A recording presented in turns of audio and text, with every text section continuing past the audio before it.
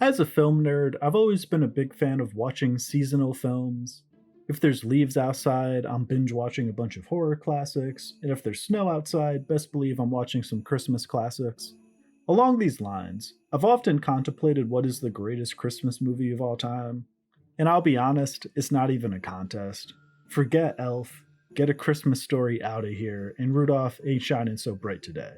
The greatest Christmas film of all time is easily Die Hard. I know. There's probably some Elf fans out there very upset right now, furiously typing away about how Die Hard isn't a Christmas movie. But I'm gonna need y'all to take a seat and put the Twitter fingers away. You see, Die Hard is quite literally a film about a man coming home for the holidays, and the musical score is Christmas themed. John also lugged a giant teddy bear on the flight with him, which is a classic Christmas gift. Also, the spirit of Christmas is being with your family for the holidays, and that's the entire point of the film. John is in a constant struggle to rejoin his family, and by the end of it, he realizes that's where he truly belongs. If that doesn't qualify it as a Christmas movie, I'm revoking the entire genre as a whole. Just because we get some killer action and terrorists running amok doesn't mean that Die Hard isn't a Christmas film.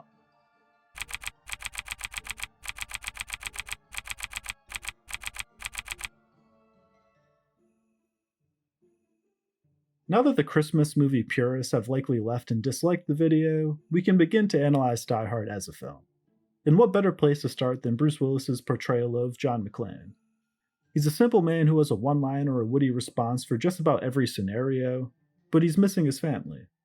You see, despite claiming he's got a 6-month back catalog of scumbags that he's still got to put away in New York, his limo driver sees right through him and knows he's dealing with some deep-seated marriage issues that are keeping him from joining the rest of his family in California. You see, behind every corner seems to be some kind of lurking danger, and you get the feeling that his marriage has metaphorically felt like this for some time. One of the masterful aspects of Die Hard's storytelling is the way in which it conveys important information. A specific instance of this occurs when John walks into the giant loft that his wife is currently in, and he's confronted with a high-tech, for the time, computer system. And while John has a witty exchange with the man working the front desk, what gets conveyed without any dialogue at all is the fact that his wife is no longer using his last name, as she's under a different name in the system, and the fact that the tower relies on technology for a lot of its essential functions, which will of course come into play when said technology is hijacked by Hans Gruber and crew. This film's ability to at times establish key details without using dialogue allows for a vast majority of the dialogue to be witty and quotable, which creates a very engaging and entertaining watch.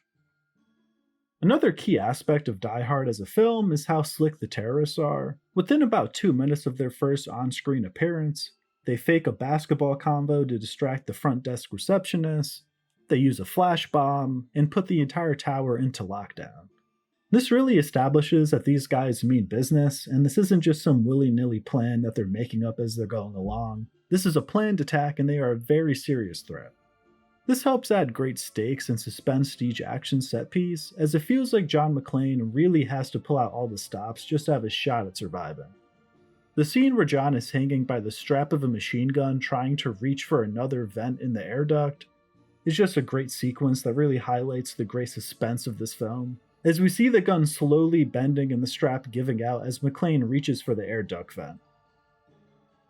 Hans Gruber, brilliantly played by the late great Alan Rickman, also plays a huge role here, as his charisma and interesting dynamic with John on the radio really just puts this film over the top. Due to the Nakatomi Corporation's legacy of greed around the globe, they're about to be taught a lesson in the real use of power. You will be witnesses. This is the first line that Hans Gruber, the leader of the terrorist group, says after taking the party hostage at gunpoint, and is very different from what you would typically expect from an action film villain, as he is extremely calculated and knows what he wants and how to go about getting it. Because even as slick as John McClane is throughout the film, nearly escaping death numerous times, it just always seems like Hans doesn't even have to break a sweat to counter him at every turn.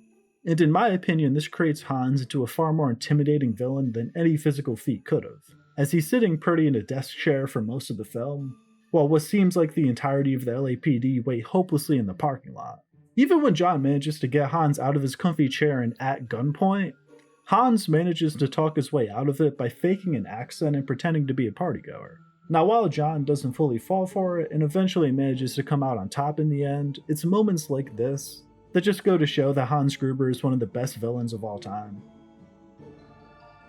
All in all, while Die Hard is visually a classic 80s action film with badass, quotable dialogue and bloody shootouts, it's a great script with a well thought out plot that takes full advantage of its great concept, great cast, and great setting.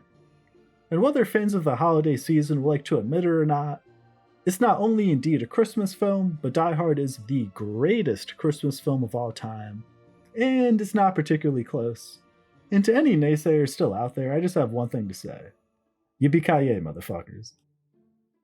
If you enjoyed this analysis of Die Hard, the greatest Christmas film of all time, and are interested in further explorations of screen stories, please feel free to drop a like and subscribe, and if you feel like I missed anything or you disagree with anything I said, I'd love to hear your thoughts in the comments.